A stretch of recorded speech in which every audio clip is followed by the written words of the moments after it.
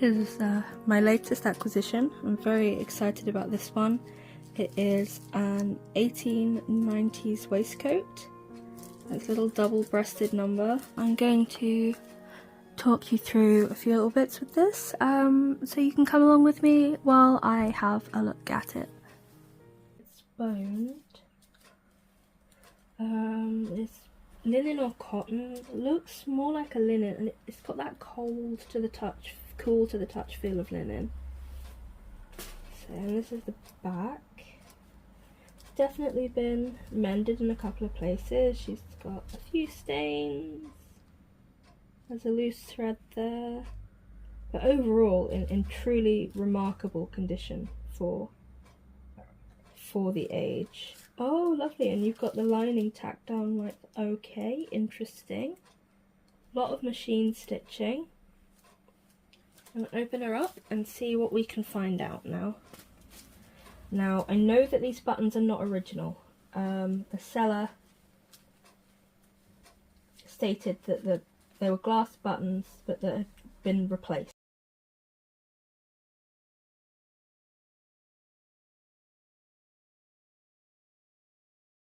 They look almost a bit small, to be honest. Like, I don't think it would have had big buttons. You know, the buttonholes aren't that huge, but I don't know, something about the buttons that are now on this, they don't look quite proportionate, frankly. Let's open her up and have a look at what we're working with here. Oh, okay, wow, remarkable condition. Okay. Right, so there's a hand finish there. This seam looks, that seam's been hand finished as well. So the darts have been sewn by hand here, and potentially by hand here. It's a slightly wobbly seam. It's a little area that's coming open. I don't think there's any areas where the boning's exposed, which is a shame because I'd like to have a look at that. Well, it's not a shame, it's a good thing really, but they're quite dark, which makes me think that they are probably original Baleen just by the colour that I can see. Don't think there's any point at which I'm able to have access to one of the bone seams. A little raw edge there, fair enough. Removing a little bit of bulk around the waist. So there is boning along the side seam on both sides here. Interesting, wow, the shape of this is extraordinary. That's nice. And a little dart here. See, that's an issue I had when I made my 1890s waistcoat. It had two front darts, just pretty much in the same place as this one does.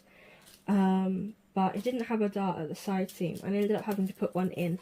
It's not padded at all. I was wondering if I'd have any padding because quite a lot of bodices from the 1890s, 1880s, they want that smooth front, so they do pad them a lot. Interesting. Okay.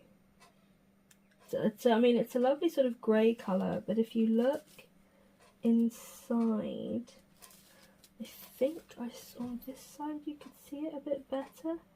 Yeah, the colour is a bit brighter. It wouldn't have been a lot brighter than this, but definitely it was a little brighter than it is now. And this isn't printed. All of these little dots and stars, they're all embroidered. Definitely, I think that they must have bought the fabric like this. They haven't embroidered it themselves because the embroidery isn't placed in a way that looks like it was the person who made this also.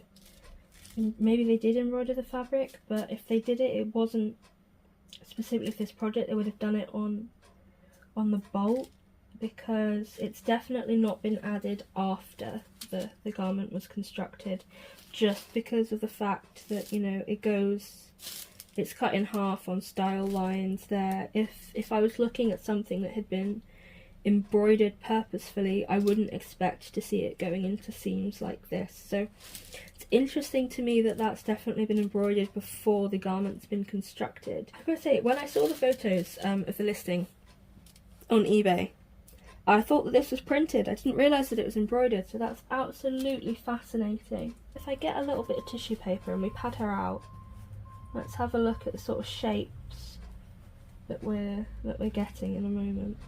Interesting that, yeah, we've got a little break here and a little break here on the seams, where I guess they must have a fair bit of pressure. I wish I could see how the bones are cased. I can't see stitching on the outside here, like feel it. The lining is not quite floating, but so I'm not sure how the bones are secured inside this. I can't tell. I really want to know, but I don't think I'm.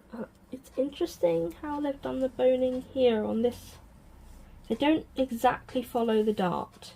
The bones are not, they're a little bit to the side, so the bone's here and the dart's here. The bone is here, the dart's here. Nice machine top stitching, all, yeah, very, very neat and very, very even. Slightly changes here where you've seen some embroidery. Okay, I mean, whoever made this was a very, very good dressmaker. Or a good tailor. Okay, so this at the side here and the front section, this is a lot stiffer. And that's folded under. Okay, so I think that's just 2 layers of this linen or cotton. I think it's probably linen, just by the feel of it. But I think the lining is cotton. It's a lot smoother. Okay, no, so it doesn't have interfacing. The outer fabric, the facing comes in to here and all the way to here.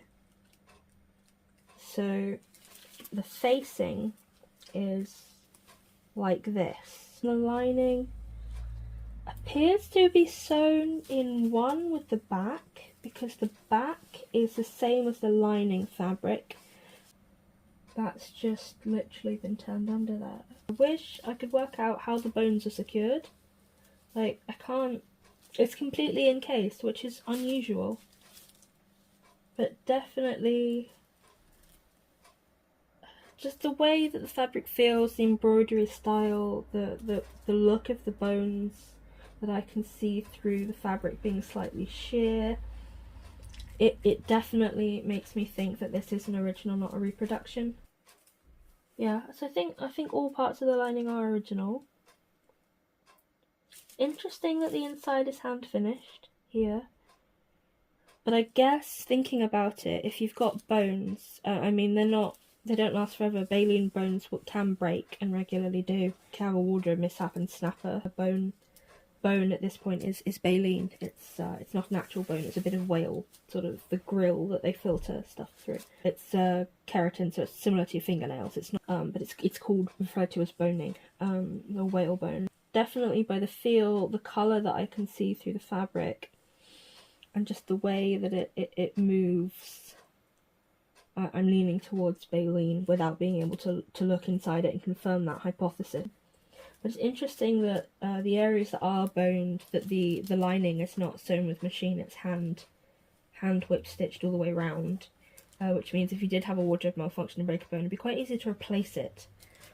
Just by unpicking the lining. You can see here that the lining's coming away just a tiny bit there, but not enough for me to see inside, which means she's in remarkable condition, but it does mean I can't be nosy, which I'm a little bit sad about. But I wouldn't wish her to be in a worse condition. I know I say she and her a lot when referring to old garments. I'm not trying to assume the gender of the wearer, of course, but the fact of the matter is that the gender binary was much more strictly enforced then than it is now. The likelihood of this wearer not identifying as female is drastically low. I tend to treat objects like old friends, so that is is why I often say her, referring, or him indeed, I sometimes say him, referring to old garments. Interesting, like with this lining being so thin, you can see that each thread has been broken off individually for these. There's not a continuing thread. I do wonder if they would, I have got no idea how one would tell if all of these little dots were done by machine or by hand. They're not perfect. They aren't all the same, but they are very, very, very similar. And I know that there were very, very simplistic embroidery machines, especially towards the end of the Victorian era, but I'm not sure. I don't know anything really about the origins of machine embroidery, so I would be interested to find that out. It's interesting, it's got a little dart here as well. So I'm really glad to have a look at this and see where they've put little tiny tucks, because when I made my 1890s waistcoat, I had to add darts that weren't included in the pattern, and I added them in nearly the same place. So that is good to know. It's not just me. I was wondering if I was missing a trick or something, but it appears that 19th century seamstresses also had the same issue. I honestly, it's got so little wear. I mean, I know that this would be worn over a blouse and a corset cover and a chemise, so you're not going to get necessarily the same kind of pit staining that you might get with a modern garment. But it is interesting how pristine it is. The colour is faded. You've got a couple of points, but it's hard to know whether that's wear or age. It's absolutely beautiful, but it's such a beautiful garment. I can't believe that I get to this is mine. That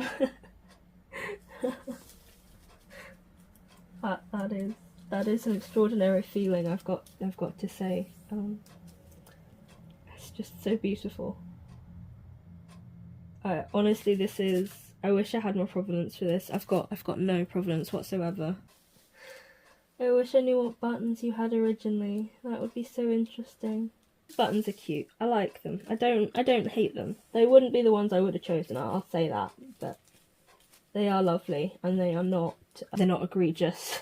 Right, you probably want close-ups now, don't you? But this is the first time I've examined this. I unboxed it and then I had to go do work, so you will have to excuse my excitement.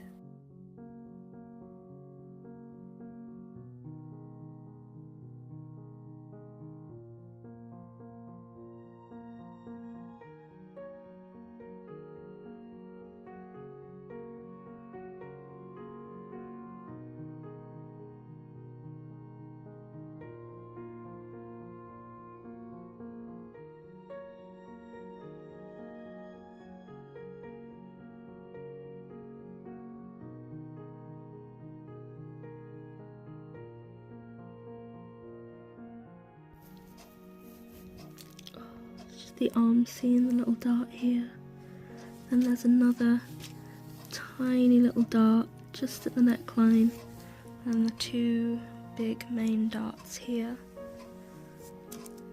just along, sort of around the bust apex. Okay, these buttonholes are extraordinary.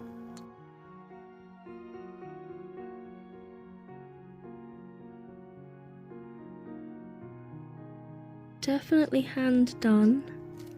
Whoever made this was an absolute craftsperson. Definitely think that this is a summer garment. Just the fabric, the construction, the lack of padding, the fact that it's only 2 layers of its self-faced fabric.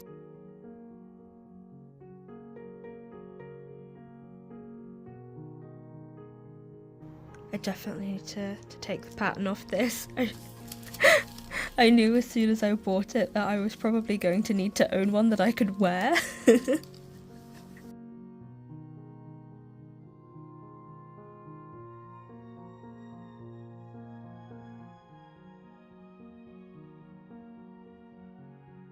There's that little bit of puckering where they've done the top stitching. And from the back, all along the front seam here, you can see tiny little whip stitches all the way along. They're just ever so slightly different, all of them.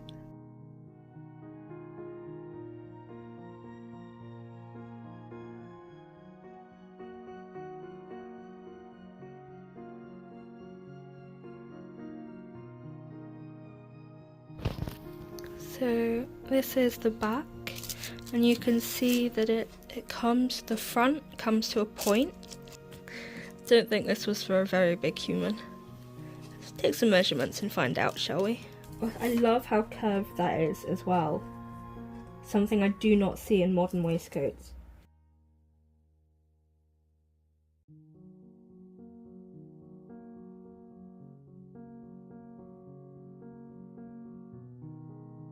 And a half, 27-inch waist. That's very little. Let's measure across the back, and then I'll see if I can pad the front and get a measurement that way. 1/4 inches. The side seam seems to be a bit towards the back. I'm guessing so when you wear it, or like from the front, you can't see the back, which is interesting. I'd say 15.5 inches. Okay, let's have a look at the front, and future Zoe will take a note of the numbers and write them on screen. Okay, hello you. You need to be buttoned up in order to get a good idea of your size. Okay, so I'd say about 22 inches there. I can't remember what I said the back was, but that's 22 plus the back measurement. So I think what I'm going to do is I'm going to just pad this out a little bit, make sure that especially the areas where there's boning, that there's a little bit of padding there for storage, and then I'm going to pop it in the box along with my other late Victorian blouse, and that'll be me done for the day. I think I'm starting to lose the daylight.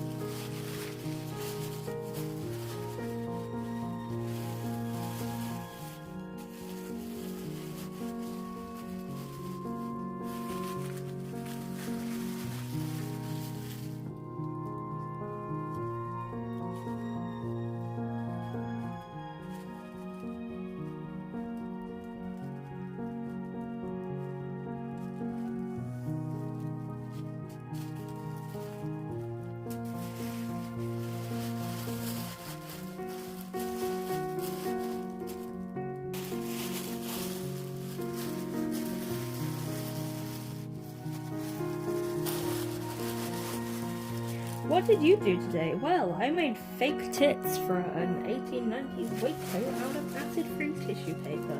You know, as you do, regular day in the office.